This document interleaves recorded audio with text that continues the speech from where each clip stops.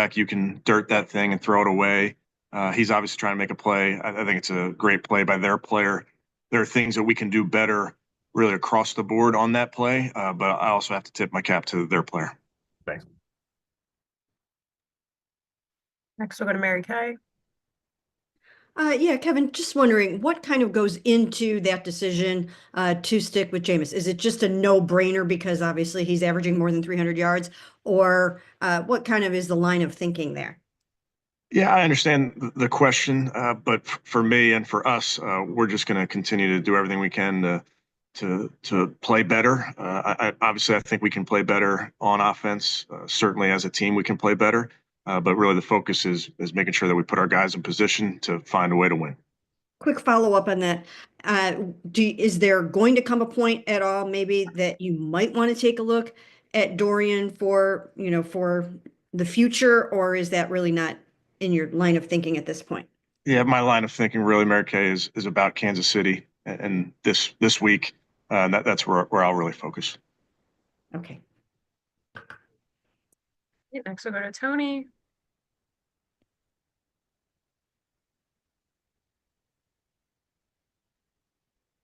Tony, you good? It's contagious. All right, Tony, we'll skip you for now. We'll go to Jeff.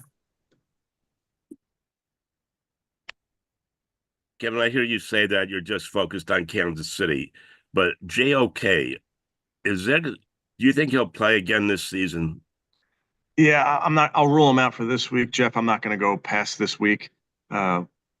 And I'll just obviously update you guys as we get more information. We haven't seen him in a locker room. Is he in the building? And what is he doing if he is?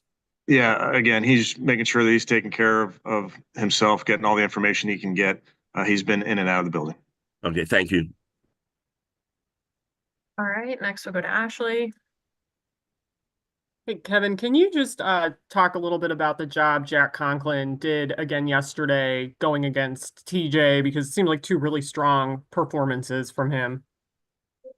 I'm glad you pointed that out. Ashley, was two good performances versus a great rusher. There's times when you help your tackles versus that team. There's times that you don't, and I thought Jack really did well, even when he was singled up. Where he's come to this point from where he was with his injury, I think is pretty impressive.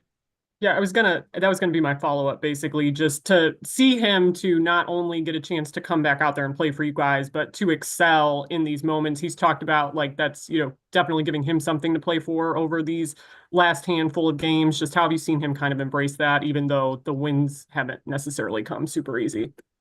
I think he's fought really hard to get back, got back and really hasn't missed a beat. I think he's certainly gotten better each week, as most players do. When you're coming off of an injury, you get more comfortable and you get a little bit stronger and those type of things. And I thought he's acquitted himself really nicely. Next we'll go to Daryl. Yeah, Kevin, I realize there's not been a common theme here week to week with why things have gone the way they have. I know you're not in a reflective mode, but as you head down the home stretch here, what's been the challenges of, going week to week and having to correct the wide variety of things that have popped up, and just, why do you think that has not gone positively for you? I just think our job as coaches, Daryl, are to find ways to win games, obviously, and identify the things that are holding us back and correct those things. And it's not just one thing. It's not a specific side of the ball. It's not players, coaches. It's just all of us. We just need to identify those things that we can do better, and we just have to do them better. And I wanted to ask you about that Kadarius Toney taunting flag there in the fourth quarter. I know he wasn't in on like the ensuing offensive series, but you sent him back out there. Was there any consideration to just keeping him off the field? I mean, it was pretty obvious why he was flagged. He said after the game he really didn't get why that happened, and it just seemed a little ironic that situation popped up after Bubba last week had talked about how much you as a head coach stress not doing things that hurt the team, or things like that. Yeah, obviously, I mean, that's correct. We we can't cost our team 15 yards. We did it twice yesterday, and that's not good enough for this football team. And we can't not field that punt. That's obviously those are big plays in these games, and that's just something that we need to again make sure that our guys understand how important it is to maintain possession of the ball. And when you do that on the road and you have 2 interceptions, a muff punt, a turnover on downs, it makes it really hard to win. It's not impossible to win in those situations; it just makes it really, really hard. Tony, we'll try this again. So sorry about that. All right, so Kevin, I understand the desire to win. This is the first time you and Andrew have been in this position where you're so out of it with 4 games to go. So why wouldn't you guys collaborate and start working on next year with player decisions? Is it the risk of losing the locker room, or what is it?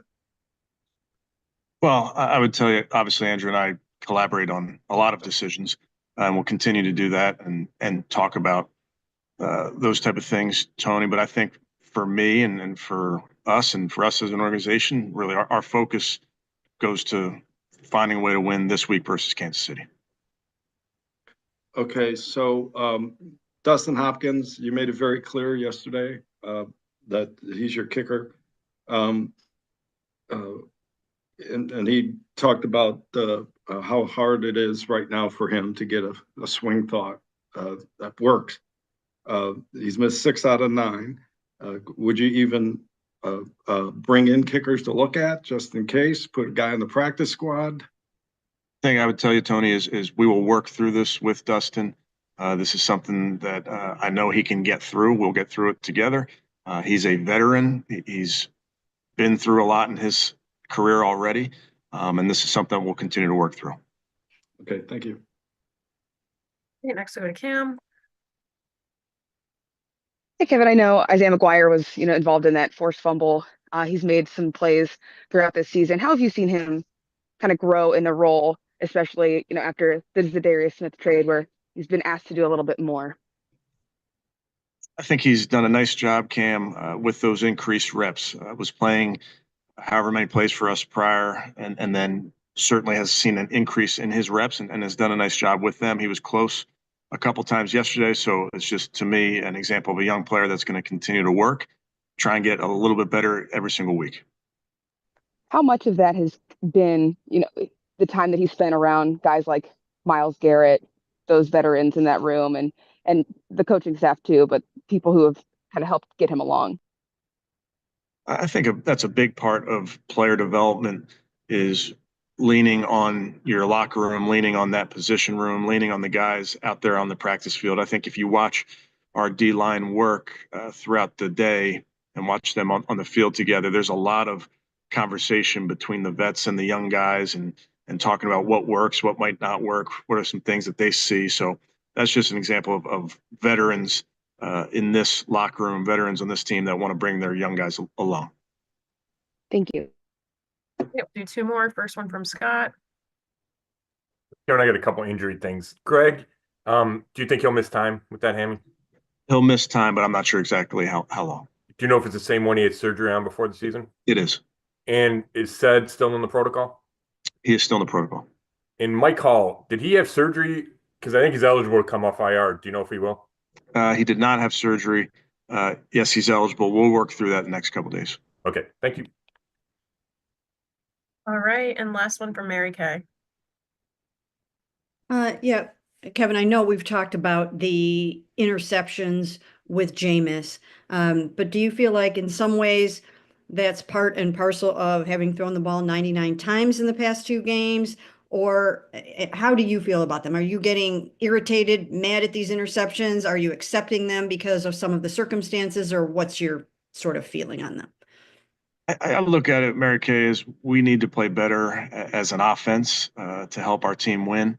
We don't want to give the ball away in any form or fashion. We don't want to fumble it away. We don't want to throw interceptions. But we also coach each play because each play is a little bit different than the last. So like I've said to you guys before, not all interceptions are created equal. And all we can do with any play is learn from them. And that's what Jameis will continue to do. And when he said perfect throw about the one to Elijah, Was he intimating that perhaps Elijah didn't run his route a little deep enough on that second one, or what? Where do you think he might have been going with that? Yeah, I'd have to talk to him, about that more specifically. Not sure. Thank you. Thanks, Coach. Appreciate it. Okay, thanks, guys. Sorry for the technical difficulties. We will have either Wyatt or Devin here shortly. We'll let you guys know.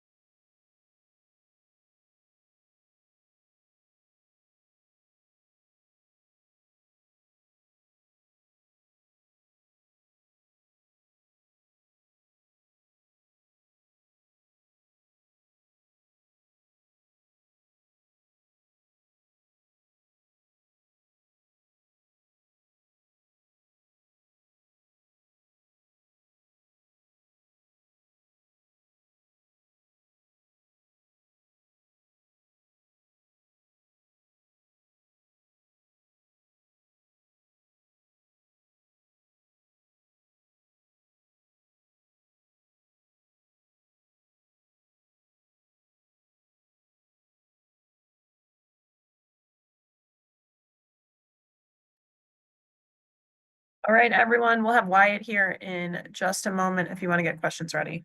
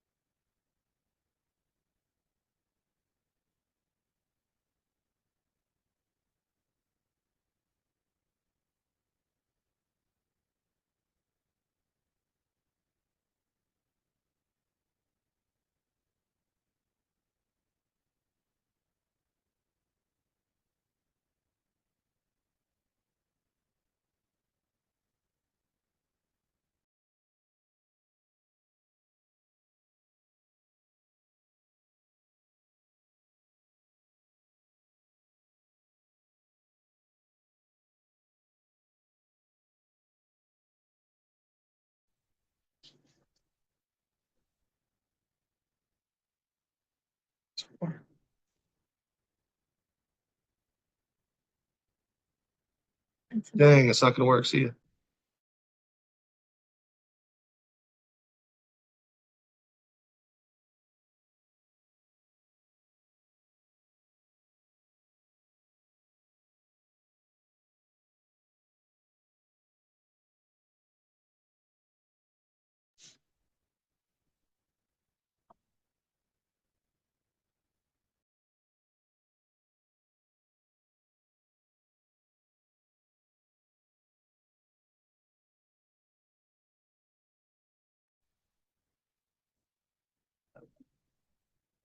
No. Oh.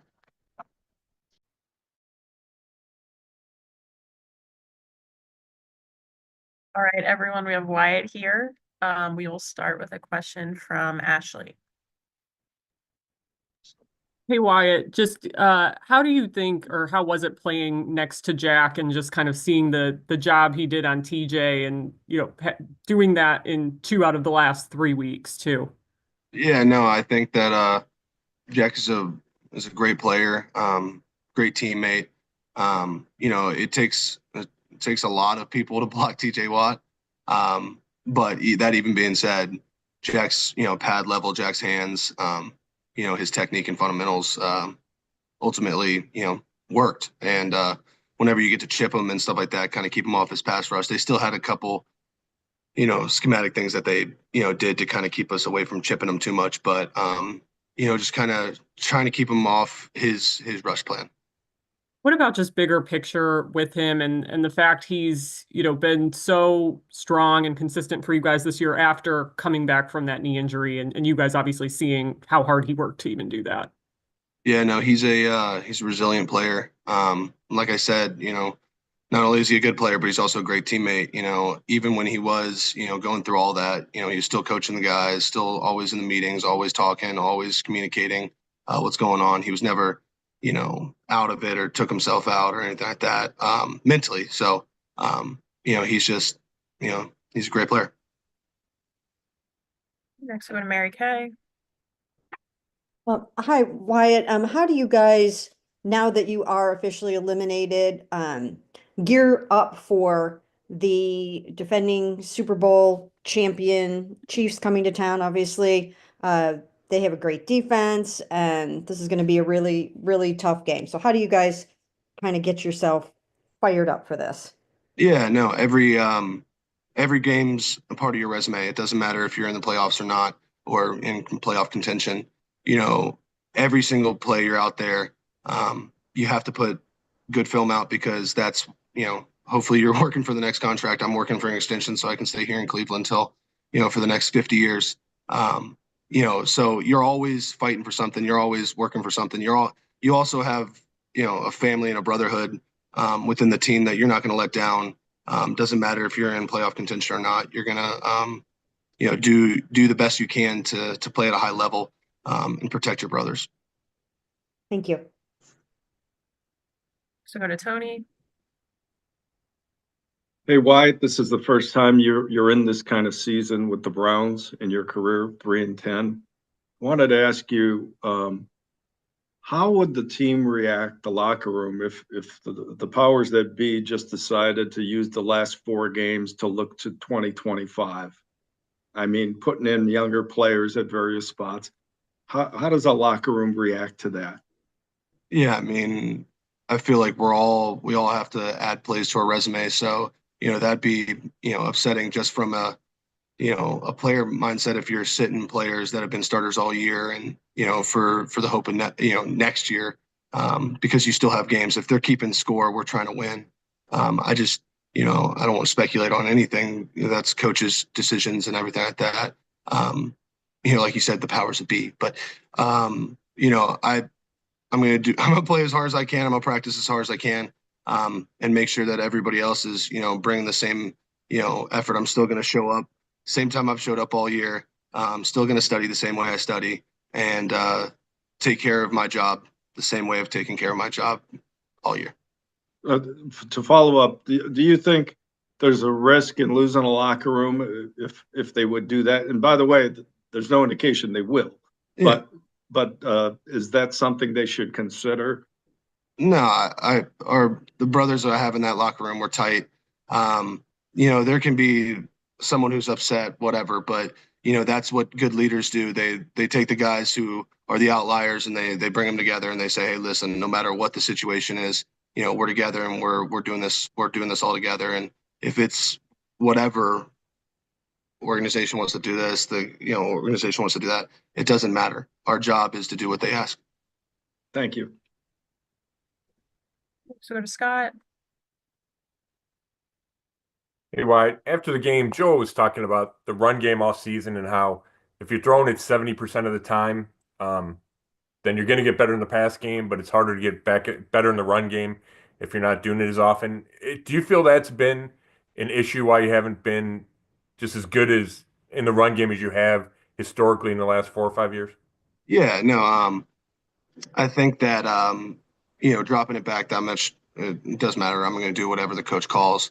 But other than a couple games, the opportunities we've had, I thought, obviously, in the wins and losses and everything like that, we've had a couple efficient runs. I mean, last night, I think, what was it, 4.2 yards a carry.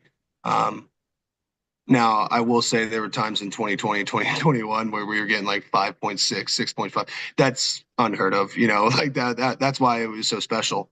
But, I feel like we're running efficiently. We just got to stay after it. And yeah, like Joel said, it's, the more times you get to practice that backside reach or, front side, single or whatever you guys are working, the better you're going to, each time you're going to be like, all right, he's playing it like this, because the back's back here, he's going to pad into the center. How can I get under the pads? Because they're taught to do that, especially two gappers or penetrators, whatever.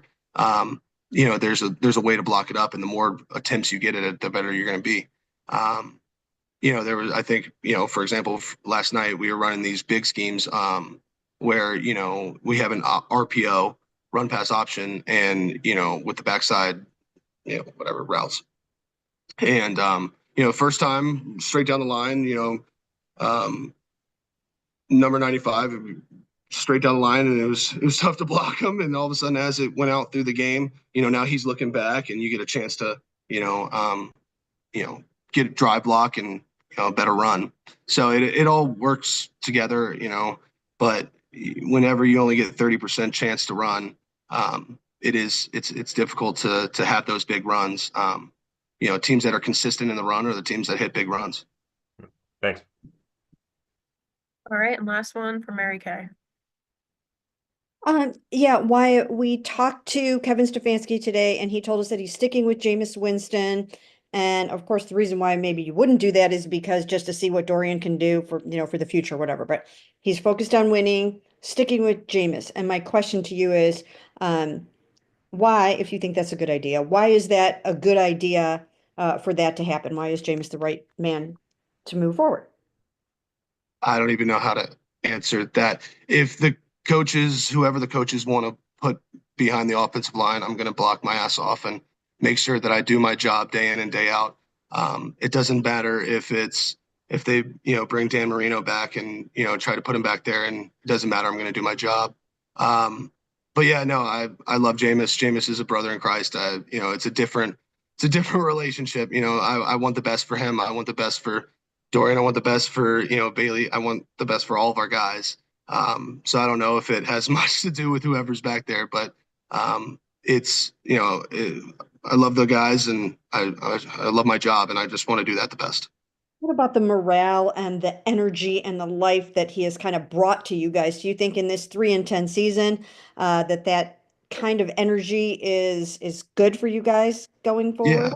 Yeah. I mean, it's tough. I mean, it sucks.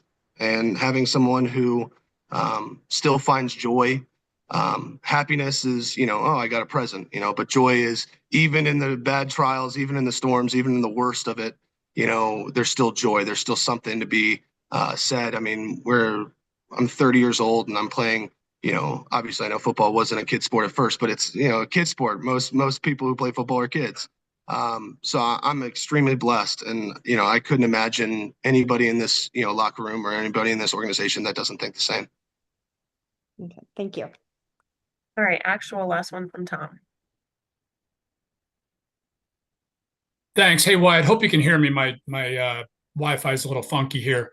Hey, I saw that Mrs. Teller after the game said she had a rough time in Pittsburgh. She survived that okay? Yeah, no. Yeah, they were being rough, but I will say, they can say whatever they want. They can, as long as they don't put their hands on a woman or, crazy expose themselves or, spit on my wife. You can say whatever you want. You got to understand, when you're in a hostile environment like that, what you're going to get. This rivalry goes back way too long to be like, oh, you're just the white. It doesn't matter. I hate you. Right. And, I pray that our fans are a little better, but I know that dog pound can get a little rowdy. So, I'm not naive to the fact that this rivalry goes so far back that, you got to understand that it's hostile out there.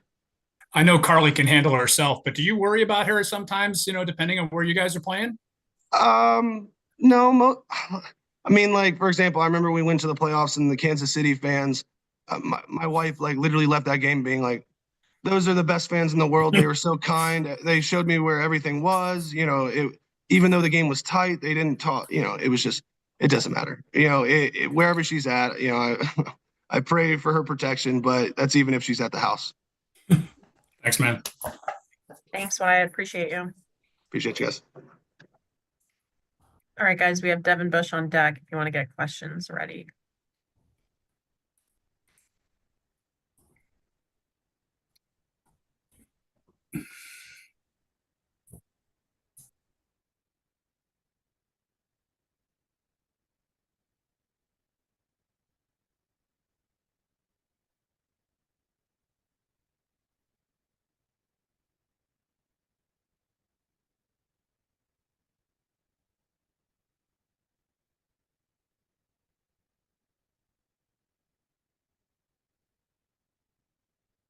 All right, everyone, we have Devin here. If you have questions, please raise your hand. First question looks like Mary Kay. Hi, Devin. When it comes to the Kansas City Chiefs, the 12-1 Chiefs coming to town, you guys are coming off a difficult loss here. Dropped to 3-1, officially eliminated. How, as a group, do you guys get yourself into the mindset that you need to be to beat the defending Super Bowl champions? Starts off with a week of practice, preparation, just like any other week. And we go out there and we compete. There's nothing more to it. Thank you. Next question, go to Scott. Hey, Devin, I was curious, how hard has it been without having JOK for the last however long it's been, 5 or 6 weeks, just as a defense and in your position group? Yeah, anytime a piece drops out like that, everybody has to step up, in each position group. And we got to find a way to win. And, he can't be replaced, but like I said, we got to play together and just up our play, find ways to win. I'm sorry. When you look at yesterday's game, like defensively, it felt like you were in control for a lot of it, and then they kind of made a couple spurts. What did you see, and did you really think that Warren gave them a spark there in the? I think it was the second quarter. Yeah, I think he had like two good runs. I think over like 8. It flipped the field position, and you know, after that, it was kind of hard to get field position back. Thanks. Next we'll go to Tom. Thanks, Jordan. Hey, Devin, we've seen teams in the past that are having a tough year like this, and the locker room splinters, and it feels like you guys still have a good vibe and everybody's still kind of rowing in the same direction. Do you feel like everybody's still connected here as we head down the stretch? Yeah, we got 4 games left. I mean, of course, we all know our situation. We all know what's going on. So I mean, it's all about just going out there competing. I mean, we all get a chance this year to be NFL players, and you know, with this business, everything changes after the year. So everything's in front of us, and we just got to go out there and just keep competing. Next question will go to Dan. Hey, Devin, along those lines, I mean, as one of those guys who's sort of had to fight for his NFL career a little bit after that injury, how important are these last 4 games for you? Yeah, I mean, they're the same as any other game. You know, it's opportunity to go out there and play. You never know, you know, when it's your last in this league, and you never know what could happen after this year or years to come. So, you know, any chance you get to go out there and compete, man, it's a blessing to go do it. Thank you. Next question from Spencer. Hey, Devin. Obviously, you started your career in Pittsburgh, as everybody knows. Just what was it like? Because I know when you were in Seattle, you played Pittsburgh, but it was in Seattle. What was it like for you, you know, walking back into the building at the stadium there and kind of experiencing that again where you started your career? Yeah, it was super familiar. You know, just being there for 4 years. I kind of know the stadium inside out. You know, a lot of people that work at the facility at the stadium. So, I mean, it was like a homecoming. Was there any like extra emotions or anything for you when you were out there playing, or not really? Nah, just another football game. Thanks, Devin. All right, Mary Kay, do you have one more? Okay. All right, last call for questions for Devin.